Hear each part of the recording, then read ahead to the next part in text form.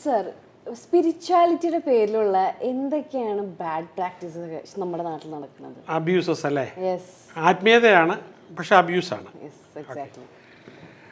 ഇത് നമുക്ക് ഒരുപാട് ബാഡ് പ്രാക്ടീസസ് ഉണ്ട്.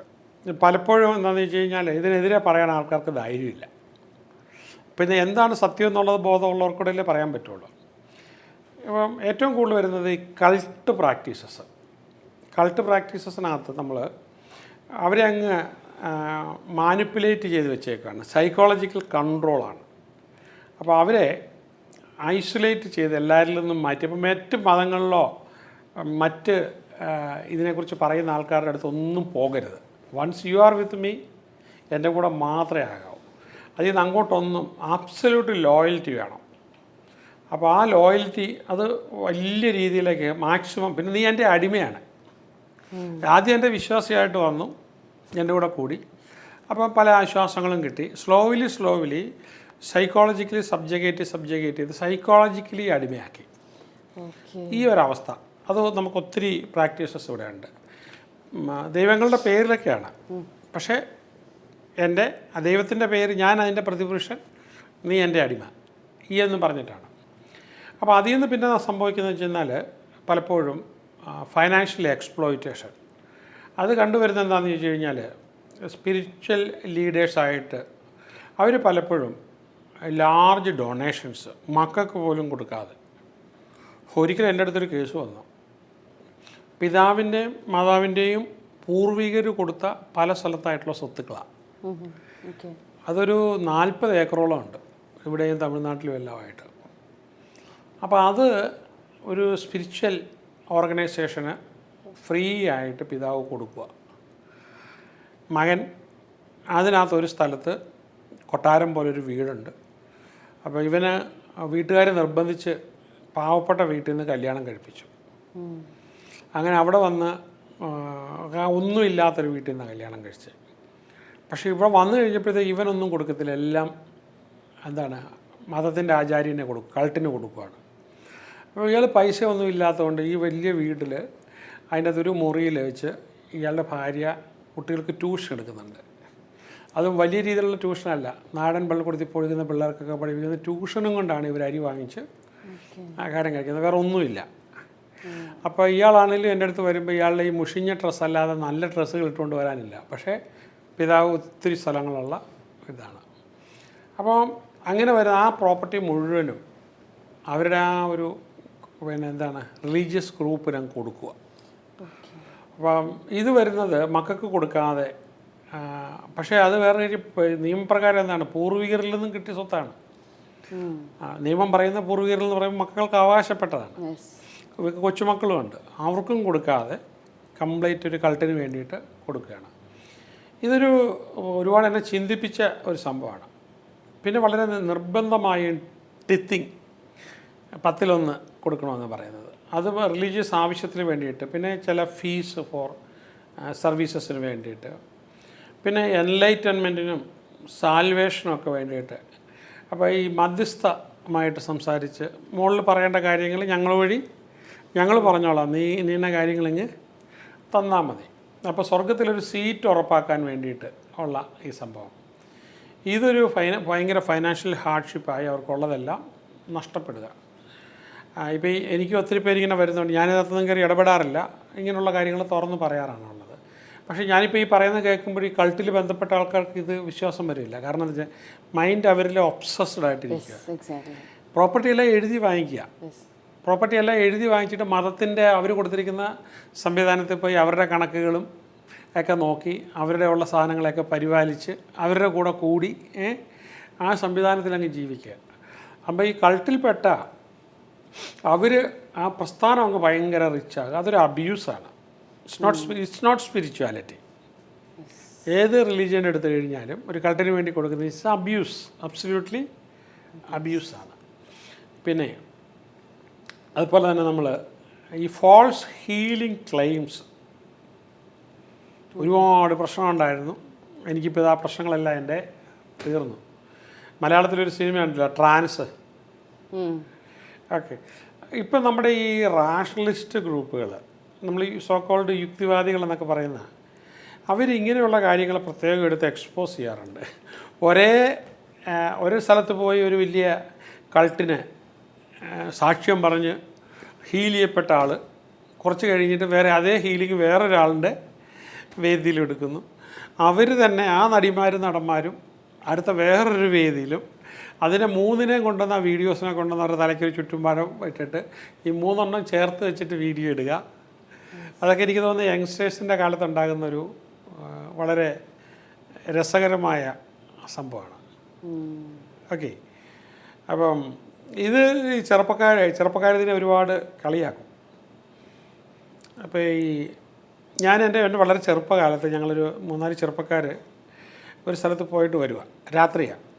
അപ്പോൾ നമ്മുടെ വീടിന് കുറച്ചപ്പുറത്തുള്ളൊരു വീട്ടിൽ വലിയ പൂജയും സംഭവങ്ങളൊക്കെ നടന്നുകൊണ്ടിരിക്കുക. പുറത്ത് വിളക്കൊക്കെ കത്തിച്ച് വെച്ചിട്ടുണ്ട്. ഇത് നമ്മുടെ കൂട്ടത്തിൽ ഒരു കക്ഷി ഒരു രസികനാണ്. അപ്പോൾ അവൻ എന്ത് വെച്ച് ഞാനൊന്ന് പോയി നോക്കട്ടെ എന്ന് പറഞ്ഞ് നോക്കിയപ്പോഴത്തേക്ക് എന്താ വെച്ചാൽ ഒരു പന്തം കത്തിച്ച് വെച്ചിട്ട് അവിടെ അവരുടെ പ്രത്യേക ദൈവത്തിന് പ്രീതി കിട്ടാൻ വേണ്ടിയിട്ട് അവലും മലരും ശർക്കരയും തേങ്ങയും ഒക്കെ ഇങ്ങനെ ഇലക്കകത്തിട്ട് വെച്ചേക്കുക. അപ്പോൾ ഇയാളെന്തെന്ന് വെച്ചാൽ ഈ ഇലയോടെ പൊട്ടാതെ കംപ്ലീറ്റിങ് എടുത്തുകൊണ്ട് പോകുന്നു. ഓക്കെ, അപ്പോൾ അവിടെ ഇത് വീതിച്ച് ഞങ്ങളൊക്കെ കഴിക്കുകയും ചെയ്തു. അപ്പോൾ പിറ്റേ ദിവസം മറ്റവരുടെ ക്ലെയിം എന്താണെന്ന് ചോദിച്ചു കഴിഞ്ഞാൽ ഇവർ കഴിച്ചത് അതേപടി അവരുടെ ദൈവം എടുത്തുകൊണ്ട് പോയെന്നുള്ളതായിരിക്കും. ഓക്കെ, ഇതിനെക്കുറിച്ച് നമ്മൾ ഈ വേദങ്ങൾ വായിച്ചിട്ടുള്ളതോ റിലീജിയസ് ഗ്രന്ഥങ്ങൾ ഒറിജിനൽ ടെക്സ്റ്റ് വായിച്ചിട്ടുള്ള ആൾക്കാർക്കറിയാം ഇതൊരു മോക്കറിയാണ്. ഇത് വെറും ഒരു മോക്കറിയാണ്. അപ്പോൾ അതിൻ്റെ പേരിൽ നമുക്ക് ഒരു പ്രശ്നവും വരുന്നില്ല. അപ്പോൾ ഇങ്ങനൊരു സാധനം ചെയ്യേണ്ട കാര്യം പോലും ഇല്ല. അപ്പോൾ ഇതാണ് നമുക്ക് വരാവുന്ന ഏറ്റവും വലിയൊരു ഇത്. അപ്പോൾ ഈ കൾട്ട് പ്രാക്ടീസസിൻ്റെ ഒരിത്, പിന്നെ ഫിനാൻഷ്യൽ എക്സ്പ്ലോയിറ്റേഷൻ, പിന്നെ ഈ ഹീലിംഗ് സംഭവം മാറ്റിക്കൊടുത്തു, പ്രശ്നങ്ങൾ മാറ്റി, കല്യാണം നടക്കാതിരുന്ന് നടത്തിക്കൊടുത്തു, മാരക രോഗങ്ങൾ മാറ്റിക്കൊടുത്തു. മാജിക്ക് ചെയ്യുന്ന ദൈവത്തെയാണല്ലോ ആൾക്കാർക്ക് കൂടുതൽ ഇഷ്ടം. അടുത്ത സൈക്കോളജിക്കൽ മാനിപ്പുലേഷൻസ്, ഫിയർ കൂടുതൽ കൊടുക്കുക, ഗിൽറ്റ് കൊടുത്ത് കണ്ടിന്യൂസ് ആയിട്ട് ഗിൽറ്റ് കൊടുത്തു, ഷെയിം കൊടുത്ത് അവരുടെ ബിഹേവിയറിനെ മോഡിഫൈ ചെയ്ത് മനസ്സുകൊണ്ട് അടിമയാക്കുക. അപ്പോൾ എന്നിട്ട് ലോങ് ടേം സൈക്കോളജിക്കൽ ഡാമേജ് വരുത്തുക. പിന്നെ മറ്റൊന്ന് സെക്ഷൽ എക്സ്പ്ലോയിറ്റേഷൻ ഒരുപാട് നടക്കുന്നുണ്ട്. കുഞ്ഞുങ്ങളുണ്ടാകാൻ വേണ്ടിയിട്ടോ ഒക്കെ ആയിട്ട് അവരുടെ അതോറിറ്റി അവർ മിസ്യൂസ് ചെയ്യുകയാണ്. ഇൻഅപ്രോപ്രിയേറ്റ് ആയിട്ടുള്ള ഒരു അബ്യൂസീവായിട്ടുള്ള സെക്ഷൽ റിലേഷൻഷിപ്പിൽ ഉണ്ടാകുക. ഇപ്പോൾ വളരെ റയറായിട്ട് ഇതൊക്കെ പുറത്തു വരാറുള്ളൂ. പുറത്ത് വരുന്നതോടുകൂടി സെലിബ്രേറ്റ് തീരും. പിന്നെ മറ്റൊന്ന് ഐസൊലേഷൻ ഫ്രം സൊസൈറ്റി. സമൂഹത്തിലൊന്നും ഇടപെടാൻ സമ്മതിക്കാതെ നമ്മുടെ കമ്മ്യൂണിറ്റിയിൽ മാത്രം ആ ഗ്രൂപ്പിൽ പുറത്തു പോകുന്നത് പോലും വലിയ പ്രശ്നമാണ്. അപ്പോൾ അവരെ എല്ലാ ബന്ധങ്ങളും ഫ്രണ്ട്സുമായിട്ടും ഫാമിലി ആയിട്ടും സൊസൈറ്റി ആയിട്ടും എല്ലാം കംപ്ലീറ്റ്ലി ഡിസ്കണക്റ്റ് ചെയ്ത് സൊസൈറ്റിയിൽ ഐസൊലേഷൻസ്, എന്നിട്ട് ഡിപ്പെൻഡൻസി ക്രിയേറ്റ് ചെയ്ത് ഈ സ്പിരിച്വൽ ഓർഗനൈസേഷൻ മാത്രമായിട്ട്. പിന്നെ ചില സ്പിരിച്വൽ ഓർഗനൈസേഷൻസ് ചെയ്യുന്നതൊക്കെ ഫോൾസ് സ്പിരിച്വലാണ് കേട്ടോ. നല്ല സ്പിരിച്വലുണ്ട്, നന്മയുള്ള സ്പിരിച്വലും ഉണ്ട്. ഇത് തിരിച്ചറിയണം. ഈ ഇൻടോളറൻസ്, ഹേട്രഡ് ചില മതങ്ങളോട് മറ്റ് വിശ്വാസങ്ങളോട്, എൻ്റെ ദൈവമാണ് ശരി, ഞാൻ ചിന്തിക്കുന്നതാണ് ശരി എന്ന് ചിന്തിക്കുന്നതിന് നമ്മൾ പറയുന്ന ഫണാറ്റിസം എന്നാണ്. നിങ്ങളുടെ കാഴ്ചപ്പാടല്ല, എൻ്റെ കാഴ്ചപ്പാട് മാത്രമേ ശരിയുള്ളൂ എന്ന് പറയുന്നത് ഫണാറ്റിസമാണ്. അത് മാറാൻ ഞാൻ ഒട്ടും ഒരുക്കുമല്ല. ഓക്കെ, ഇനി എൻ്റെ ചിന്ത മാത്രമേ, എൻ്റെ വിശ്വാസം മാത്രമേ നല്ലതുള്ളൂ, എൻ്റെ വിശ്വാസത്തിനെതിരെ ചിന്തിക്കുന്നവരൊക്കെ തീരണം, അവരെയൊക്കെ കൊല്ലണം, ഇല്ലായ്മ ചെയ്യണം. അതാണ് ഫാസിസം. ഫാസിസത്തിൻ്റെ കറക്റ്റ് എസൻസ് അതാണ്. അപ്പോൾ അങ്ങനെ നമ്മൾ ഇൻടോളറൻസ് പ്രാക്ടീസ് ചെയ്യുന്നത്, ഹേറ്റ് നടപ്പിലാക്കുക. അപ്പോൾ അതിന് വേണ്ടിയിട്ട് അവർ ചെയ്യുന്ന എല്ലാ കാര്യത്തിനും ജസ്റ്റിഫിക്കേഷൻസ്, ഹേട്രഡ്, വയലൻസ്, അവർക്ക് എതിരെയുള്ള വിശ്വാസികളെ കണ്ടു കഴിഞ്ഞാൽ ചിലപ്പോൾ അവർ കിട്ടിയ തീർത്ത് കളയുക. പിന്നെ നടക്കുന്ന ഒന്നൊരു കരിസ്മാറ്റിക് ഫ്രോഡ് നടക്കുന്നുണ്ട്. അപ്പോൾ അവിടെ നമുക്ക് എന്താണെന്ന് വെച്ച് കഴിഞ്ഞാൽ ഈ ഡിസീവ് ചെയ്യുക, ഫോളോവേഴ്സിനെ തന്നെ ചതിക്കുക. പിന്നെ അപ്പോൾ ഒരു സ്പിരിച്വൽ ഫോളോവേഴ്സിനെയും ഒരു ഡിവൈൻ കണക്ഷനൊക്കെ ഉണ്ടാക്കുക. പിന്നെ ചില ഈ മനസ്സിനെ തന്നെ നമ്മൾ അടിമയാക്കി വെക്കുന്ന, മൈൻഡ് കൊണ്ട് നമ്മൾ കൺട്രോൾ ചെയ്യിക്കുന്ന, അപ്പോൾ ഒരു ബ്ലാക്ക് മൈൻഡ് കൺട്രോൾ മെത്തേഡാണ് റെപ്പറ്റേറ്റീവ് ചാൻറ്റിങ്. പിന്നെ അല്ലെങ്കിൽ നമ്മൾ സ്ലീപ്പൊക്കെ ഡിപ്രൈവ് ചെയ്യുക. പിന്നെ ഈ ശരീരത്തിന് മൊത്തം ഓട്ടോണമി പോകുന്ന രീതിയിലുള്ള ഡയറ്റ് കൺട്രോൾ ചെയ്യുക. പിന്നെ ചില ഗ്രൂപ്പുമായിട്ട് ഇത് ചെയ്യുക. അപ്പോൾ ഇതിൽ സാത്താനിൽ വിശ്വസിക്കുന്ന ആൾക്കാരുമുണ്ട്. സാത്താന് വേണ്ടി പള്ളിയും സാത്താന് വേണ്ടിയിട്ടുള്ള പ്രാക്ടീസസും ഒക്കെ ഒരുപാട് പ്രാക്ടീസസും ഒക്കെയുള്ള ഉണ്ട്. ഇത് ഭയങ്കര രഹസ്യമായിട്ടാണ് ചെയ്യുന്നത്. പിന്നെ ഇവരുടെ എക്സ്പ്ലോയിറ്റേഷനകത്ത് ഈ ജീവിത പങ്കാളിയെ വെച്ചു മാറുന്ന സംഭവങ്ങൾ ചിലർക്ക് പോലീസ് പിടിച്ചിട്ടുണ്ടല്ലോ. അപ്പോൾ ജീവിത പങ്കാളിനെ ഭാര്യയെ അങ്ങോട്ടും ഇങ്ങോട്ടും മാറുക, അപ്പോൾ അങ്ങനെയൊക്കെ വരുന്ന സംഭവങ്ങൾ. ഇതൊന്നും അത്ര വളരെ കോമൺ ഒന്നും അല്ല, പക്ഷെ എന്നാലും ഉണ്ട്. ഓക്കെ. അപ്പോൾ പിന്നെ നമ്മൾ ഒരു എക്സ്പ്ലോയിറ്റേറ്റീവ് ആയിട്ടുള്ള മാൻ പവർ, മറ്റുള്ളവരെ ഈ പറഞ്ഞ പോലെ ഫ്രീ ആയിട്ട് അവരെ വർക്ക് ചെയ്യിച്ചുകൊണ്ടിരിക്കുക. ഒരു വളരെ മിനിമൽ കോമ്പൻസേഷൻ, അല്ലെങ്കിൽ ജീവിച്ചു പോകാനുള്ളത് മാത്രം കൊടുത്തുകൊണ്ട്, പക്ഷേ എല്ലാം ചെയ്യുന്നതെല്ലാം ദൈവത്തിന് വേണ്ടിയിട്ട് ചെയ്യുന്നതായിട്ട് അതിനെ വീണ്ടും വീണ്ടും സാധൂകരിച്ചുകൊണ്ട് ഇതിനെതിരെ ആൾക്ക് സംസാരിക്കാൻ പറ്റത്തില്ല. കാരണം വോട്ടിൻ്റെ പ്രശ്നമുള്ളത് കൊണ്ട് ഒരു രാഷ്ട്രീയ പാർട്ടിയും ഇവർക്ക് എതിരെ സംസാരിക്കത്തില്ല. പോയി കംപ്ലൈൻറ്റ് ചെയ്താലും അനുകൂലിക്കത്തില്ല. പിന്നെ അതുപോലെ തന്നെ പിന്നെ ഒരു സ്കെയർ ടാറ്റിക്സ്, ഭയം, ഇങ്ങനെ വലിയ ഭയമുണ്ടാക്കിക്കൊണ്ട് ഡിവൈൻ റിട്രിബ്യൂഷൻ, ദൈവത്തിന് ഇഷ്ടപ്പെട്ടില്ല, ദൈവം പ്രതികാരം ചെയ്തു കളയും, നിൻ്റെ മക്കളെയൊക്കെ കൊന്നുകളയും, ഇങ്ങനെ പറയുന്ന, ഇല്ല ദൈവത്തിൻ്റെ കേഴ്സ് വരും, ഇല്ല സ്പിരിച്വൽ കോൺസിക്വൻസസ് ബാഡ് ഇത് വരും, അങ്ങനെ മാനിപ്പുലേറ്റ് ചെയ്യുക. പിന്നെ വേറെ ഒരു സ്പിരിച്വാലിറ്റിയുടെ പേരിൽ എക്സ്പ്ലോയിറ്റ് ചെയ്യുന്നത് ഒരു ഫേക്ക് സ്പിരിച്വൽ പ്രോഡക്ട്സ്. അതിപ്പോൾ ഈ രത്നമൊന്നും ആയിരിക്കത്തില്ല, പക്ഷേ രത്നങ്ങളാണെന്ന് വെച്ചുകൊണ്ട് ഇപ്പോഴും ഒരുപാട് മണ്ടന്മാരിങ്ങനെ സാധനങ്ങളൊക്കെ വാങ്ങിച്ച്, പിന്നെ ചില രഹസ്യ കൂട്ടുകൾ, ചില പോർഷൻസൊക്കെ ഉണ്ട്. അപ്പോൾ അതിന് ഭയങ്കരമായ പ്രൊട്ടക്ഷൻ കിട്ടുന്നത്, ലക്ക് കിട്ടുന്നത്, വെള്ളിമൂങ്ങ, പണ്ടത്തെ ഇരുതല മൂരി, ഇങ്ങനെയൊക്കെയുള്ള സംഭവങ്ങൾ, ലക്കിൻ്റെ ചില സാധനങ്ങൾ, ചില ഹീലിംഗ് സാധനങ്ങൾ, ഇതിനൊക്കെ ഭയങ്കര ഇൻഫ്ലേറ്റഡ് പ്രൈസ്, നാഗമാണിക്യം, ഓക്കെ. ഇങ്ങനെ ഓരോ സാധനങ്ങൾ ഇപ്പോഴും ഇറങ്ങുന്നുണ്ട് മൊന്തയായിട്ട്. നമ്മളിത് അറിഞ്ഞു വരുമ്പോഴത്തേക്കും, പക്ഷെ അതിനകത്ത് തന്നെ ഒരുപാട് പേര് പറ്റിപ്പിക്കപ്പെട്ടു. വളരെ രസകരമായെന്ന് പറഞ്ഞാൽ senior police officials, IPS officers, അവർ തന്നെ അങ്ങോട്ടും ഇങ്ങോട്ടും ബ്ലാക്ക് മാജിക് വിശ്വസിക്കുന്ന ആൾക്കാരും ഉണ്ടേ. പിന്നെ ഞാൻ വളരെ അപൂർവമായൊരു കേസ് കണ്ടത്, ഹൈക്കോടതിയിലെ ഒരു ജഡ്ജിനെ വിശ്വാസത്തിൻ്റെ പേരിൽ ഒരു വിശ്വാസ ഗ്രൂപ്പ് പറയുന്നതും മുഴുവൻ അദ്ദേഹത്തെ കൊണ്ട് ചെയ്യിച്ചെടുപ്പിക്കുന്ന, കുറച്ചു കാലം മുമ്പാണ് ചെയ്യിച്ചെടുപ്പിക്കുന്ന ഒരു സംഭവം. എന്നിട്ട് അദ്ദേഹത്തെ കൊണ്ട് ഈ ബ്ലാക്ക് മാജിക് ചെയ്യുന്ന അവർ വേറെ ഒരു വലിയ റിലീജിയസ് പ്രസ്ഥാനത്തിൻ്റെ സ്വത്തുക്കളെല്ലാം ഇവരുടെ പേരിലാക്കി കൊണ്ടുവന്ന് അതിൽ കേസൊക്കെ വന്നപ്പോൾ കേസെല്ലാം ഈ ജഡ്ജിനെ കൊണ്ട് സഹായം നേടിയതായിട്ട്. അപ്പം അത് വളരെ ഷോക്കിംഗ് ആയിപ്പോയി. പക്ഷേ ന്യൂസിലൊന്നും വന്നില്ല ഇത് ന്യൂസ് കൊടുക്കുന്ന എൻ്റെ ബിസിനസ് അതല്ലല്ലോ. അപ്പോൾ അങ്ങനെ വരുന്ന കേസസ്. പിന്നെ ഇങ്ങനെ വളരെ ഹാംഫുള്ളായിട്ടുള്ള പ്രാക്ടീസ്, ഇതിനകത്ത് പോലീസ് ഉദ്യോഗസ്ഥരും പൊളിറ്റീഷ്യൻസും ജഡ്ജസും ഇങ്ങനെയുള്ള ആൾക്കാരെല്ലാം, ഓക്കെ. അപ്പോൾ ഈ സമൂഹത്തിൽ വലിയ അറിയപ്പെടുന്ന ആൾക്കാർ ഇതിൻ്റെ കൂടെ വന്നു കഴിയുമ്പോഴത്തെ അതിനെക്കുറിച്ച് വലിയ പബ്ലിസിറ്റി കൊടുത്ത്, ഇല്ലെങ്കിൽ 4 സായിപ്പിനെ എവിടെന്നെങ്കിലും വരുത്തിച്ച് അവരെ കൂടെ ഇരുത്തി, അപ്പോൾ സായിപ്പ് ചെയ്യുന്നതുകൊണ്ട് നമ്മളും ചെയ്യാനായിട്ട് എന്താ നമുക്കൊരു ബാധ്യത ഉണ്ടാവുകയാണ്. പിന്നെ ചില ബാഡ് ഒക്കൾട്ട് പ്രാക്ടീസസ്, ഓക്കെ. അപ്പോൾ അതിനകത്ത് പ്രധാനമായിട്ടും ചില hidden mystical super natural elements ഉണ്ട്. നമ്മുടെ ചാത്തനകത്തും ഇങ്ങനൊരു കഥയാണ്, കുട്ടിച്ചാത്തൻ സേവ ഒരു കഥയാണ്. അപ്പോൾ ഞാൻ അതിനെക്കുറിച്ച് ഒരുപാട് പിന്നെ റിസർച്ച് ചെയ്യേണ്ടതായിട്ട് വന്ന് ബേസ് മുഴുവൻ ഒരിക്കൽ കാണേണ്ടതായിട്ട് വന്നതാണ്. അപ്പോൾ ഇതിനൊക്കെയുള്ള സ്പിരിച്വൽ റീസൺസ് അൺഎത്തിക്കലായിട്ട് വളരെ ഡേഞ്ചറസ് ആയിട്ട് ചെയ്യുന്നത്. പിന്നെ ഈ ബ്ലാക്ക് മാജിക്കുകൾ സച്ച് പ്രാക്ടീസ് ചെയ്യുന്ന സ്പിരിച്വൽ ഓർഗനൈസേഷൻസ് ഉണ്ട്. കേഴ്സസ് കൊടുക്കുക, ഹെക്സസ് എന്ന് പറയും. പിന്നെ അതുപോലെ സ്പെല്ല് ചെയ്യുക. അതുവഴി നമുക്ക് ഇൽനെസ് ഉണ്ടാകുക, മിസ്ഫോർച്യൂൺ ഉണ്ടാകുക, ഈവൻ ഡെത്ത് ഉണ്ടാകുക. പിന്നെ ചില ബ്ലഡ് സാക്രിഫൈസസ്. അപ്പോൾ ഹ്യൂമൻ ആണെങ്കിലും ആനിമലിൻ്റെ ആണെങ്കിലും അത് ചില പവർ അധികാരത്തിൽ വരാൻ, ഇലക്ഷന് ജയിക്കാനായിട്ട്, ഇതിനൊക്കെ വേണ്ടിയിട്ട്. ഓക്കെ, ഇന്ത്യയിൽ ചില സ്റ്റേറ്റിൽ മുഖ്യമന്ത്രിമാർ പോലും ഇങ്ങനെ ഒരുപാട് ബ്ലാക്ക് മാജിക്കുകൾ നടത്തിയതിൻ്റെ കഥകൾ. ഞാൻ തന്നെ ഒരിക്കൽ നമ്മളൊരു ഗവർണറുടെ വൈഫ്, കേരളത്തിലത്തൊരു ഗവർണറുടെ വൈഫ് മറ്റൊരു സ്റ്റേറ്റിലെ മുഖ്യമന്ത്രിയുടെ വീട്ടിൽ ചെയ്യുന്ന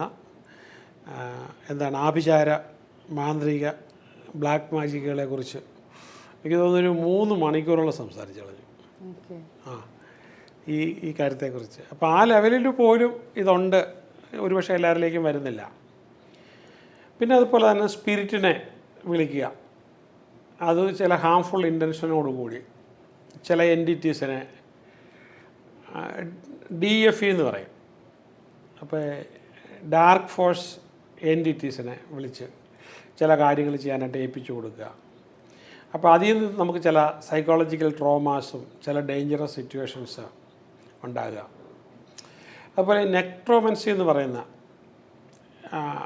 ഇപ്പോൾ മരിച്ച ആത്മാക്കളുമായിട്ട് കമ്മ്യൂണിക്കേറ്റ് ചെയ്യുക ഫോർ എ മലീഷ്യസ് പർപ്പസ്.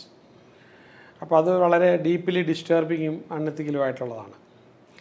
പിന്നെ അതുപോലെ തന്നെ മറ്റുള്ളവരെ മാനിപ്പുലേറ്റ് ചെയ്യാനും, വശീകരണം, പുരുഷനെ വശീകരിക്കാനും സ്ത്രീയെ വശീകരിക്കാനായിട്ട്, ഡിസീവ് ചെയ്യാനായിട്ട്, ചതിക്കാനായിട്ട്, വഞ്ചിക്കാനായിട്ട് ഉപയോഗിക്കുക. പിന്നെ അതുപോലെ തന്നെ ഇതൊക്കെ ഒരു കാര്യത്തിൽ ഒരു പരിധിവരെ സിനിമകൾ ഈ മാനസിക അസുഖങ്ങളുള്ള കഥയെഴുത്തുകാരൊക്കെ ഉണ്ടാക്കിയിട്ടുള്ള പല സാധനവും അത് സിനിമകളായി കഴിയുമ്പോഴത്തേക്കും അവരതും കൂടെ കൺസ്യൂം ചെയ്യുവാണ്. ലാർജർ ഓഡിയൻസ് അത് കൺസ്യൂം ചെയ്യുകയാണ്. അങ്ങനെ ഒരു സാധനം ഇല്ല. അപ്പോൾ പിന്നെ ചില സെൽഫ് ഹാം, ഇതിൻ്റെയൊക്കെ ഫലമായിട്ട് സൂയിസൈഡ് നടക്കുന്നുണ്ട്, തെറ്റായ ധാരണകൾ. പിന്നെ ഒത്തിരി സൈക്കോളജിക്കൽ മാനിപ്പുലേഷൻസ്, ചില ബിലീവ്സ്, ചില ബിഹേവിയർ ഒക്കെ മറ്റുള്ളടത്ത് വെച്ച്. അപ്പോൾ അതുവഴി ഡിസ്ട്രക്ഷൻ ഓഫ് പ്രോപ്പർട്ടി, പലപ്പോഴും പ്രോപ്പർട്ടി ഡിസ്ട്രോയ് ചെയ്യാനായിട്ട്, ഗ്രേവ് പൊളിക്കാനായിട്ട്, റിലീജിയസ് സൈറ്റ് വളരെ അങ്ങനെയുള്ള കാര്യങ്ങൾ നശിപ്പിക്കാനായിട്ട്. പിന്നെ മറ്റൊന്ന് ഈ ഒരു ഫിയർ പരത്താനായിട്ട്, സ്പ്രെഡിങ്, ഒരു പാനിക്ക് പരത്താനായിട്ട്. പിന്നെ ചില ഒക്കൾട്ട് സിമ്പിൾസൊക്കെ നമ്മൾ കൊടുക്കുക. അപ്പോൾ അതുപോലെ തന്നെ ഒരു വൈഡ് സ്പ്രെഡ് പാനിക്ക്, ഇങ്ങനെ പറഞ്ഞ് കുറേ പ്രാവശ്യം പറഞ്ഞു കഴിയുമ്പോൾ വികലമായ മനസ്സ് അവരുടെ മനസ്സിനകത്തത് സൃഷ്ടിക്കാൻ തുടങ്ങും. എന്നിട്ടത് ഹാലൂസിനേഷനായിട്ട്, ഇന്ന് രാത്രി നീ ഒരു സ്വപ്നം കാണും, ഇതുപോലെ സ്വപ്നം കാണും എന്ന് പറഞ്ഞ് വിട്ടേക്കുന്ന 1000 പേരോട് 100 പേരോട് പറഞ്ഞിട്ടുണ്ടെങ്കിൽ അത് 10-30 പേര് കാണും. ആ അവസ്ഥ സൈക്കോളജിക്കൽ സബ്ജഗേഷനല്ലേ. ഈ മഷിനോട്ടം എന്ന് പറഞ്ഞൊരു പരിപാടിയുണ്ട് നാട്ടിൻപുറങ്ങളിൽ, ഇവിടെയൊക്കെ ഉണ്ടോയെന്ന് എനിക്കറിയില്ല. അപ്പോൾ അതിനകത്ത് ശരിക്കും പറഞ്ഞു കഴിഞ്ഞാൽ ഒരു വിളക്കം കത്തിച്ച് വെച്ച് ഒരു മഷി പുരട്ടിയിട്ട് ആ മഷിക്കകത്ത് പ്രധാനമായിട്ടും 12 വയസ്സിനകത്തുള്ള കുട്ടികളെയാണ്. അപ്പോൾ ആ കുട്ടികളെ നമ്മൾ ടെസ്റ്റ് ചെയ്ത് നോക്കി സജസ്റ്റീവായിട്ടുള്ള കുട്ടികളെയാണ്. അപ്പോൾ കുട്ടികളോട് കുറേ നേരം ഇങ്ങനെ നോക്കിയിരിക്കാൻ പറഞ്ഞിട്ട് അത് കാണുന്നുണ്ടോ, ഒന്നുകൂടെ സൂക്ഷിച്ച് നോക്കി കാണുന്നുണ്ടോ, സ്വല്പം കഴിയുമ്പോൾ പുള്ളി കാണുന്നുണ്ടെന്ന് പറയാം. കാരണം പുള്ളി കാണാനായിട്ട് തുടങ്ങി. അപ്പോൾ കാണുന്നത് കുട്ടി വിശ്വസിച്ചു. അപ്പോൾ ഈ ഹിപ്നോട്ടിസത്തിനകത്തൊരു ചിലപ്പോൾ ഒരു ജോക്ക് ഏർപ്പെടുത്തും. ഒരാളെ നമ്മളിങ്ങനെ വിളിച്ചിങ്ങനെ ഉണ്ടെന്നിട്ട് അങ്ങനെ എടുത്തിട്ട് പറയും കുട്ടിച്ചാത്തൻ വരും, ഇവിടെ വരും. അപ്പോൾ അയാളുടെ ഓൾട്ടേഡ് സ്റ്റേറ്റ് ഓഫ് കോൺഷ്യസ്നസ് വരുത്തി ഹിപ്നോട്ടൈസ്ഡ് ആയി. ഇപ്പോൾ ഇവിടെ കുട്ടിച്ചാത്തൻ വരും. ഞാൻ എണ്ണുവാണ്, 10 മുതൽ ഇങ്ങനെ എണ്ണി 10, 9, 8 ഇങ്ങനെ എണ്ണി 0 വരുമ്പോഴത്തേക്കും കുട്ടിച്ചാത്തൻ പലതും കാണിക്കും. അതൊക്കെ ഡിഫെൻഡ് ചെയ്തോണം. നിങ്ങൾക്ക് തൊഴിയോ അടിയോ കിട്ടണം, അപ്പം കയറി തടഞ്ഞോണം, ദേഹത്ത് കൈ തൊടാൻ സമ്മതിക്കരുത് എന്ന് പറഞ്ഞു കഴിഞ്ഞിട്ട് ഇയാളെ വിളിച്ചിട്ട് ഇത് ചെയ്യിക്കുമ്പോൾ നമ്മളിങ്ങനെ 2, 3, 1 അപ്പോൾ ഇയാൾ ഇടിക്കുകയൊക്കെ ചെയ്യുകയാണ്. കാരണം ഇയാൾ കാണുന്നത് കുട്ടിച്ചാത്തൻ ഇയാളെ ഉപദ്രവിക്കുന്നതായിട്ടാണ് ഇയാൾ കാണുന്നത്. നമ്മൾ ഒരു ഹാലുസിനേഷനാണ് കൊടുത്തത്. ഈ സാധനം മാസീവായിട്ട് ചെയ്യാം. പിന്നെ അതുകൂടാതെ ഈ അൺഎത്തിക്കലായിട്ടുള്ള ഡിവൈനേഷൻ, ദൈവത്തെ വിളിക്കുക, ഒരു മിസ്ലീഡിങ് ഇൻഫർമേഷൻ ഈശ്വരൻ പറയുന്ന ഇവൻ പറയുന്നതാണ്. അതിനകത്ത് നമുക്ക് പലതും ഉണ്ട്. ടാരറ്റ് കാർഡുണ്ട്, ടാരറ്റ് റീഡിംഗ് എന്ന് പറയും, ആസ്ട്രോളജി ഉണ്ട്. ഇതെല്ലാം നമ്മൾ ചെയ്യുന്നത് ബേസിക്കായിട്ടുള്ളൊരു ഫൈനാൻഷ്യൽ എക്സ്പ്ലോയിറ്റേഷൻ അല്ലെങ്കിൽ ഫൈനാൻഷ്യൽ ഗെയിൻസിന് വേണ്ടിയിട്ടാണ്, മാനിപ്പുലേറ്റീവ് ഡിസിഷൻസ് ഒക്കെ എടുക്കാനാണ്. പിന്നെ അതുപോലെ നമുക്ക് പലപ്പോഴും ഈ ഒക്കൾട്ട് പ്രാക്ടീസസ് ഉപയോഗിച്ച് ചില റിവെഞ്ച്, അതുപോലെ തന്നെ റിച്വൽസ്, അങ്ങനെയുള്ള പിന്നെ അതിനു വേണ്ടിയിട്ട് മാത്രം ഉപയോഗിക്കുന്നത്. മിക്കവാറും അതെല്ലാം നെഗറ്റീവായിട്ടാണ്. പിന്നെ അതുകൂടാതെ നമുക്ക് ചെയ്യുന്ന ഒരു ജനറലി കാണുമ്പോഴത്തേക്ക് ഒരു നമ്മൾ കൺസെൻറ്റഡ് അല്ലാത്ത ചില എനർജി പ്രാക്ടീസസ്, മറ്റൊരാളെ കൺട്രോൾ ചെയ്യാനായിട്ട്, ഭർത്താവിനെ കൺട്രോൾ ചെയ്യാനായിട്ട്, അല്ലെങ്കിൽ ഒരാളെ നമ്മളിലേക്ക് അടുപ്പിക്കാനായിട്ട്, സെഡ്യൂസ് ചെയ്യാനായിട്ട് വിത്തൗട്ട് ദെയർ കൺസെൻറ്റ്, അൺഎത്തിക്കലായിട്ട് ചില കല്യാണങ്ങളൊക്കെ നടത്താനായിട്ട്, ഇങ്ങനെയുള്ള കാര്യങ്ങൾക്ക് വേണ്ടിയിട്ട് ഒക്കൾട്ട് ഉപയോഗിക്കുന്ന, അതിൽ വിശ്വസിക്കുന്ന ആൾക്കാരുണ്ട്. ഇത് വിശ്വസിച്ചുകൊണ്ട് ചെന്ന് പറഞ്ഞു കഴിഞ്ഞാൽ ഏത് പെൺകുട്ടിയും കൂടെ വരും. ഇപ്പോൾ ഇതൊക്കെ വിശ്വസിച്ചുകൊണ്ട് ചിലപ്പോൾ ചെന്ന് നിന്ന് പറയുകയാണ്, ചിലപ്പോൾ ഈ പറഞ്ഞതുപോലെ അല്ല തന്നെ അവൾ പോകാൻ റെഡിയായിട്ട് നിൽക്കുമായിരിക്കും, ആരെങ്കിലും വിളിക്കാൻ കാത്തിരിക്കുന്നതായിരിക്കും. അപ്പോൾ ഇങ്ങനെ വരുന്ന സംഭവങ്ങളുണ്ട്. അപ്പോൾ ഒരുപക്ഷെ ഇതിൻ്റെ ഒരു ധൈര്യം വെച്ചിട്ടായിരിക്കും പ്രവർത്തിക്കുന്നത്. ഒരു സ്റ്റോറിയുണ്ട്. അതായത് ഒരു ആഫ്രിക്കയിലൊരു ലേഡി, ഗേൾ അവർ കല്യാണം കഴിച്ചു. പക്ഷെ അവൾക്ക് ഈ ഭർത്താവ് പൂർണ്ണമായിട്ടും ഇവളോട് വിധേയത്വം അല്ല, അബ്സല്യൂട്ടായിട്ട് വിധേയത്വമില്ല എന്ന് അവൾ ചിന്തിച്ച് നടക്കുക. അപ്പോൾ അങ്ങനെ ചെന്നപ്പോഴത്തേക്ക് ഇവരൊരു വളരെ വയസ്സായിട്ടുള്ളൊരു മാന്ത്രികനുണ്ട്. അദ്ദേഹത്തിനടുത്ത് എന്ന് പറഞ്ഞു, അദ്ദേഹത്തിന് മാജിക്കലായിട്ടുള്ള ഫോർമുല ഉണ്ടാക്കി തരണം, ഹസ്ബൻഡ് എനിക്ക് അഡിക്റ്റ് ആകണം. ഇപ്പം ഞാൻ പറയുന്നത് മുഴുവൻ ഹസ്ബൻഡ് കേൾക്കണം, വേറെ ആരുടെ അടുത്തും പോകരുത്. അങ്ങനെ അപ്പോൾ ഇയാൾ പറഞ്ഞു അതിൻ്റെ ഒന്നും ആവശ്യമില്ല, നീ നല്ല സ്നേഹം കൊടുത്താൽ മതി, അവനെങ്ങും പോകില്ല, അതൊന്നുമല്ല, അയാളുടെ മനസ്സിൽ വേറെ പല പെണ്ണുങ്ങളും ഉണ്ട്, അതുകൊണ്ട് അങ്ങനെക്ക് ഉണ്ടാക്കി തരണം. ഇവിടെ നിർബന്ധം അങ്ങ് സഹി കേട്ടു.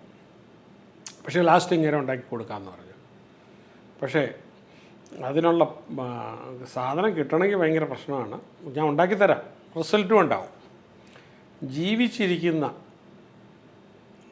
അത് കാട്ടിൽ ജീവിച്ചിരിക്കുന്ന സിംഹത്തിൻ്റെ 7 മീശ രോമം മുറിച്ചുകൊണ്ട് വരണം. അവൾ അന്ന് പോയി. 2 ദിവസം കഴിഞ്ഞപ്പോൾ ഇദ്ദേഹത്തെ കണ്ടു, പറഞ്ഞില്ല ഞാൻ രോമം കൊണ്ടുവരാമെന്ന് പറഞ്ഞു. കൊന്നിട്ടെടുത്തിട്ട് കാര്യമില്ല, ജീവനുള്ള സിംഹത്തിൻ്റെ വേണം. അങ്ങനെ അവൾ കാട്ടിൽ പോയി ഇങ്ങനെ സിംഹമുള്ള സ്ഥലത്ത് ചെന്നു. ഒരുപാട്, അപ്പോൾ നമ്മൾ നോക്കിയപ്പോഴത്തേക്ക് ഒരുപാട് സിംഹം, അവൾ മരത്തിൻ്റെ മണ്ടയിൽ കയറിയിരുന്നു. സിംഹങ്ങളിങ്ങനെ വന്ന് വെള്ളം കുടിച്ചിട്ട് പോകുന്നു. അപ്പോൾ അതിൻ്റെ പുറകിൽ ലാസ്റ്റ് ഒരു വയസ്സായ സിംഹം, ഇങ്ങനെ മറ്റേ യങ് സിംഹത്തിന് ഇത്ര ഓടാൻ സ്പീഡില്ല, ആ സിംഹം വരുന്നു. സിംഹം വന്ന് ഈ മരത്തിൻ്റെ ചുവട്ടിൽ കുറേ നേരം നിന്നു. അപ്പോൾ അവൾ എന്ത് ചെയ്യുന്നില്ല, ഒരു ഇറച്ചി കഷ്ണം, വലിയൊരു ഇറച്ചി കഷ്ണം മരത്തിൻ്റെ മുകളിൽ നിന്ന് താഴേക്ക് ഇട്ട് കൊടുത്തു. അപ്പോൾ അത് അവിടെ നിന്നുകൊണ്ട് അത് കഴിച്ചു. അപ്പോൾ ഇത് മുകളിലോട്ടൊക്കെ നോക്കി. അപ്പോൾ അത് കഴിഞ്ഞ് പിന്നെ അടുത്ത ദിവസം കൊണ്ടുവന്ന് അവൾ ഈ പറഞ്ഞ പോലെ കുറച്ച് ദിവസം കഴിഞ്ഞ് അടുത്ത പ്രാവശ്യം വന്നിട്ട് ഈ പറഞ്ഞ പോലെ ഈ പ്രായമായ സിംഹം വന്നപ്പോൾ അതിന് മാംസ കഷ്ണം ഇട്ട് കൊടുത്തു. അങ്ങനെ പല പ്രാവശ്യമായിട്ട് കൊടുത്ത് അപ്പോൾ ഇത് കഴിച്ചിട്ട് അവിടെ കിടന്ന് ഉറങ്ങും. അപ്പോൾ പല ദിവസമായി. അപ്പോൾ ഇവൾ ഇറച്ചി കഷ്ണം ഇട്ട് കൊടുത്തിട്ട് പയ്യെ താഴെ വന്നു. താഴെ വന്നപ്പോഴത്തേക്ക് ഇത് ഭക്ഷണം കഴിച്ചിട്ട് റെസ്റ്റ് എടുക്കുകയാണ്. അപ്പോൾ നല്ലപോലെ ഉറങ്ങിത്തുടങ്ങി. അപ്പോൾ ഇവൾ അടുത്ത് വന്നു. സിംഹം എഴുന്നേൽക്കുന്നില്ല. ഒരു കണ്ണും കൊണ്ട് ഇങ്ങനെ കണ്ണ് നോക്കി ഇവളെ, എന്നിട്ട് കണ്ണടച്ചാൽ കിടക്കുക. അവളുടെ പോക്കറ്റിനകത്തൊരു കത്രിക ഒളിപ്പിച്ച് വെച്ചിട്ടുണ്ടായിരുന്നു. അവളെ കത്രിക എടുത്തതിൻ്റെ പീശ രോമങ്ങളിങ്ങനെ കട്ട്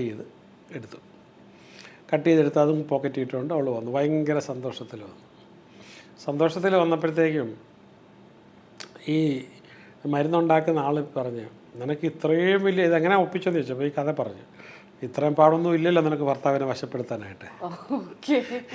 ഈ സിംഹത്തിൻ്റെ അടുത്ത് പോയതിൻ്റെ പകുതി പാടില്ല നിനക്ക് വശപ്പെടുത്താനായിട്ട്. അപ്പോൾ എന്ന് പറഞ്ഞതുപോലെ ഇതെല്ലാം ഓരോ വിശ്വാസങ്ങൾ വെച്ചിട്ടുള്ള കളിയാണ്. ഹ്യൂമൻ മൈൻഡ് ഭയങ്കര സങ്കീർണമാണ്. ഒരേ രീതിയിൽ ഇൻഫർമേഷൻ കുറേ പ്രാവശ്യം കൊടുത്തു കഴിഞ്ഞാൽ നമ്മൾ ആ ഇൻഫർമേഷൻ സത്യമായി തീരും. സത്യമായി തീർന്നു കഴിഞ്ഞപ്പോൾ നമ്മൾ അതായി തീരും. നമുക്കതായി മാറാനായിട്ട് ഈ വേറൊരു കാര്യം ചെയ്യും, ഈ ബ്ലാക്ക് മാജിക് ചെയ്യുന്ന പല ആൾക്കാർക്കും അവർക്കറിയത്തില്ല ഇതിന് ഫലമൊന്നുമില്ലെന്ന്. കേരളത്തിൽ കുട്ടിച്ചാത്തൻ സേവ നടത്തുന്ന പല ആൾക്കാരും സത്യമായിട്ട് വർക്ക് ചെയ്യുന്നതെന്നാണ് അവർ വിശ്വസിച്ചേക്കുന്നത്. കുട്ടിച്ചാത്തൻ എന്ന് പറയുന്നൊരു എനർജി ഉണ്ടെന്ന് തന്നെയാണ് അവർ പൂർണ്ണമായിട്ടും വിശ്വസിച്ചേക്കുന്നത്. അപ്പോൾ അതിൽ കുട്ടിച്ചാത്തൻ സേവ നടത്തുന്നൊരു ഇതിൽപ്പെട്ട ഒരാൾ ഒരിക്കലും എൻ്റെ അടുത്ത് വന്നു. അപ്പോൾ ഞാൻ അതിനെക്കുറിച്ച് ആ സമയത്താണ് കുട്ടിച്ചാത്തനെക്കുറിച്ച് ഒരുപാട് കൂടുതൽ പഠിച്ച് ഈ കഥയിൽ കുട്ടിച്ചാത്തൻ എങ്ങനെയാണ് ഉണ്ടായത്, കുട്ടിച്ചാത്തൻ്റെ പിതാവ് ആരാണ്, ഇതിനെക്കുറിച്ചൊക്കെ പഠിച്ചൊക്കെ റെഡിയാക്കി വെച്ചതാണ്. ശരിക്കും പറഞ്ഞു കഴിഞ്ഞാൽ ഈ കുറേ കാലങ്ങൾക്ക് മുമ്പ് സവർണ ഹിന്ദുക്കൾക്ക് മാത്രമേ സവർണ ദൈവങ്ങളെ സരസ്വതിയോ ശിവനെയോ കൃഷ്ണനെയൊക്കെ പൂജിക്കാൻ പറ്റുള്ളൂ. അമ്പലത്തിൽ കയറ്റിയല്ലാത്ത ആൾക്കാർ, അവർണനായിട്ടുള്ള അൺടച്ചബിളായിട്ടുള്ള ആൾക്കാർക്ക് തൃശ്ശൂർ മേഖല അല്ലെങ്കിൽ വടക്കൻ കേരളത്തിൽ ചാത്തൻ അവരുടെ ദൈവമാണ്. അപ്പോൾ അവർ ചാത്തനെ ആരാധിച്ചുകൊണ്ടിരുന്നു. ചുമ്മാ കാരണമൊന്നുമില്ല, അവരിങ്ങനെ പറഞ്ഞു കേട്ട് ചാത്തനെ, കാരണം അവർക്ക് അമ്പലത്തിൽ പോയി ശിവനെ ഒന്നും ആരാധിക്കാൻ പറ്റത്തില്ലല്ലോ. തെക്കോട്ട് മാടനെ ആരാധിക്കാൻ തുടങ്ങി. അപ്പോൾ മാടൻ കോവിൽ എന്ന് പറഞ്ഞ് ഇവിടെയൊക്കെ പല സ്ഥലത്തും തെക്കോട്ട് കോവിലുണ്ട്. അപ്പം ഈ ക്ഷേത്രപ്രവേശന വിളംബരം വന്നു, സ്വാതന്ത്ര്യം കിട്ടി ഈ കാലത്ത് വരുമ്പം അവർണരെ കൂടെ അമ്പലത്തിൽ കയറ്റേണ്ട ഒരു ആവശ്യമായി വന്നു. കാരണം എണ്ണത്തിൽ കൂടുതൽ അവർണരാണ്. അപ്പോൾ ഈ അവർണറുടെ കുട്ടിച്ചാത്തനും അല്ലെങ്കിൽ മാടനും കൂടെ ഒരു സൗകര്യം കൊടുത്താൽ അവരുടെ മാടനെ കാണാൻ അവർ വരും, അവരുടെ ചാത്തനെ കാണാനായിട്ട് വരും. അപ്പോൾ അവർ വരുമ്പോൾ അമ്പലത്തിന് മൊത്തത്തിൽ വരുമാനം കൂടും. എല്ലാം വരുമാനത്തിലാണല്ലോ. അങ്ങനെ അബ്സോർവ് ചെയ്യപ്പെട്ടു. അത് കഴിഞ്ഞ് പിന്നീട് ഇതേ ചാത്തൻ സേവ അതിൽ വിശ്വാസമുള്ള ആൾക്കാരിങ്ങനെ ക്യൂ നിന്ന് ചെയ്യുന്നൊരു സാഹചര്യം വന്നു. അന്നേരത്തേക്ക് ഇതിനൊരു പഴയ നേരത്തെ ഉണ്ടായിരുന്ന ആ ലെജൻഡ് കുറച്ചുകൂടെ വ്യക്തതയായി. അപ്പോൾ പണ്ട് പരമശിവൻ ഇങ്ങനെ വനത്തിലൂടെ പോയിക്കൊണ്ടിരിക്കുക ഒരു മിഷന് വേണ്ടിയിട്ട്. അപ്പം നോക്കിയപ്പോഴത്തേക്കൊരു ട്രൈബൽ ഗേൾ, അതിസുന്ദരിയായ ഒരു ട്രൈബൽ ഗേളിനെ കണ്ടു. അപ്പം പരമശിവന് ശിവയ്ക്ക് ഭയങ്കര ആസക്തി ഉണ്ടായി ഇവളോട്. അപ്പോൾ ഇവളെ കണ്ടിട്ട് പറഞ്ഞു, നീ എങ്ങും പോകരുത്, ഞാനിവിടുത്തെ പോയിട്ട് ഇപ്പം തിരിച്ചു വരും, നീ ഇവിടെ തന്നെ നിന്നേക്കണം, എങ്ങും പോകരുതെന്ന് പറഞ്ഞു. കാരണം ഇദ്ദേഹത്തിൻ്റെ ആസക്തി തീർക്കാൻ അവൾക്ക് നിൽക്കണം, അവൾക്ക് പോകാനൊരു നിർവാഹമില്ല. അവൾ ആരോട് പറയും? അപ്പോൾ പിന്നെ ശിവൻ്റെ ഭാര്യയെ വിളിച്ച് പ്രാർത്ഥിച്ചു, പാർവതിയെ വിളിച്ച് പ്രാർത്ഥിച്ചു. ഉടനെ തന്നെ പാർവതി അവിടെ രംഗപ്രവേശനം ചെയ്തു. അവളോട് പറഞ്ഞു, നീ പൊക്കോ, ഞാൻ നോക്കിക്കൊള്ളാം എന്ന് പറഞ്ഞു. അപ്പം അങ്ങനെ ഇവളെ വിട്ടിട്ട് ഇവളുടെ രൂപത്തിൽ പാർവതി അവിടെ കയറി നിന്നു. അപ്പോൾ ശിവൻ മിഷനൊക്കെ കഴിഞ്ഞ് വന്നപ്പം ഇവളവിടെ തന്നെ നിൽക്കുന്നുണ്ട്. അപ്പോൾ അവളുമായിട്ട് ബന്ധപ്പെട്ടു. അപ്പോൾ അവളിലുണ്ടായ കുട്ടിയാണത്രേ ചാത്തൻ. അപ്പോൾ ആ ചാത്തനെ വിളിച്ചിട്ട് സ്വർഗത്തിലേക്കൊന്നും വിളിച്ചിട്ട് ചാത്തൻ പോകുന്നില്ല. എനിക്ക് ഈ ലേഡി ആരാണോ ആ ലേഡിയുടെ ജനവിഭാഗങ്ങളെ നന്മ ചെയ്ത് ജീവിക്കണം. അപ്പോൾ അവരുടെ കൂടെ ചാത്തൻ ചെയ്തു. അപ്പോൾ ചാത്തൻ എന്തെങ്കിലും കൊടുത്താൽ, ചാത്തന് എന്തെങ്കിലും കിട്ടിക്കഴിഞ്ഞാൽ ചാത്തൻ അതിന് പ്രത്യുപകാരം ചെയ്യും. അങ്ങനെ ചാത്തൻ ചില വിവരങ്ങൾ പറഞ്ഞു കൊടുക്കുകയും ഐശ്വര്യങ്ങൾ ഉണ്ടാക്കുകയൊക്കെ ചെയ്യും. ഇതാണ് അതിൻ്റെ പുറകിലുള്ള. ഇതിപ്പോൾ ഇൻ്റർനെറ്റിലൂടെ വിൽക്കുന്ന, അത് വാങ്ങിക്കുന്ന കുറച്ച് പൊട്ടന്മാർ ലോകത്തിലുണ്ട്. അപ്പോൾ അവരത് വാങ്ങിച്ചുകൊണ്ടിരിക്കുകയാണ്. ഇതൊരു കഥയാണ് എന്നുള്ളൊരു മിത്താണ് എന്നുള്ളത് അറിയുന്നില്ല. ഓക്കെ, പല ദൈവങ്ങളും രംഗപ്രവേശനം ചെയ്തിട്ടുള്ളത് ഇങ്ങനെ മിത്തുകളിലൂടെയാണ്, ആ കഥയിലൂടെ തന്നെ. ഇങ്ങനെ ഞാനിതിപ്പോൾ പറഞ്ഞപ്പോൾ നിങ്ങൾക്കൊരു തോന്നി, ഇനി എങ്ങാനും ആ പെണ്ണവിടെ ഉണ്ടോ, ഉടനെ തന്നെ പുത്രൻ. അപ്പം വേറെ കാര്യം എന്ന് പറഞ്ഞു കഴിഞ്ഞാൽ ഗണപതി പാർവതിയുടെ പുത്രനാണ്. അപ്പോൾ എന്നതുപോലെ തന്നെ നമ്മുടെ ചാത്തനും പാർവതിയുടെ പുത്രനാണ് എന്നുള്ളത് പക്ഷേ ഇൻഡയറക്റ്റാണ്, ട്രൈബൽ രൂപത്തിൽ നിന്നതുകൊണ്ട് സാധിച്ചതാണ്. അപ്പോൾ ആ ഒരു മിത്തിൽ ഇങ്ങനെ കിടന്ന് കളിക്കുകയാണത്. ഇതാരുണ്ടാക്കി, ഇത് കൂട്ട് ഏത് കഥ നിങ്ങൾക്ക് ഉണ്ടാക്കാൻ പറ്റുമോ നിങ്ങൾ വിജയിക്കും. It's a story telling technique. മിത്തുകൾ കിടന്ന് കളിക്കുകയാണ്. എന്തിനാണ് നമുക്കിപ്പോൾ ഈ ചോദിക്കുകയാണ് ബാക്കി പലരും പറയാത്തത് ഞാൻ എന്തുകൊണ്ടാണ് ഇങ്ങനെ പറയുന്നതെന്ന് ചോദിച്ചു കഴിഞ്ഞാൽ, വേദങ്ങളിൽ പറയുന്ന ദൈവത്തിൻ്റെ രൂപത്തെക്കുറിച്ച് എനിക്ക് വ്യക്തമായ ധാരണയുണ്ട്. വേദത്തിൽ വളരെ വ്യക്തമായി ഉപനിഷത്തിനകത്ത് ഈശ്വരനെക്കുറിച്ച് ഡിഫൈൻ ചെയ്തിട്ടുണ്ട്. ഒരെണ്ണത്തിലല്ല, പലതിൽ. അപ്പോൾ അത് വായിച്ചിട്ടുള്ളത് കൊണ്ട് ഇന്ന കാര്യങ്ങളെ ശരിയാവുള്ളൂ, ഇന്ന കാര്യങ്ങൾ ശരിയാവില്ല എന്നുള്ളൊരു ബോധ്യത ഉള്ളത് കൊണ്ട്, അപ്പോൾ എൻ്റെ അടുത്ത് വന്നേക്കുന്ന ഒരാൾക്ക് ഉണ്ടായിക്കൊണ്ടിരിക്കുന്നത് ഒരു അനാചാരത്തിലോ അന്ധവിശ്വാസത്തിലോ വിലയില്ലാത്തൊരു കാര്യത്തിനകത്ത് അവർക്കുണ്ടായിട്ടുള്ളത് ഒരു മൈൻഡിൻ്റെ പ്രൊജക്ഷനാണ്, അല്ലെങ്കിൽ ഹാലൂസിനേഷൻ ആണെന്നുള്ളത് കണ്ടെത്തി വ്യക്തമായിട്ട് പറയാൻ കഴിയും, എനിക്ക് പറയാൻ കഴിയും. അപ്പോൾ എന്താ വെച്ചാൽ അതിൻ്റെ ബാക്ക്ഗ്രൗണ്ട് അറിവ് ഉള്ളത് കൊണ്ടാണ് പറയാൻ പറ്റുന്നത്. ഞാൻ ഇതിനകത്ത് I am not within this philosophy. എന്താണ് സത്യം എന്നറിയാവുന്നതുകൊണ്ട് ഇത് അസത്യമാണ്, ഇത് മിഥ്യയാണ്, മിത്താണെന്ന് നമുക്ക് പറയാനായിട്ട് കഴിയും. അപ്പം അങ്ങനെ ഒരുപാട് വിശ്വാസങ്ങൾ നമ്മുടെ ഇടയ്ക്കുണ്ട്.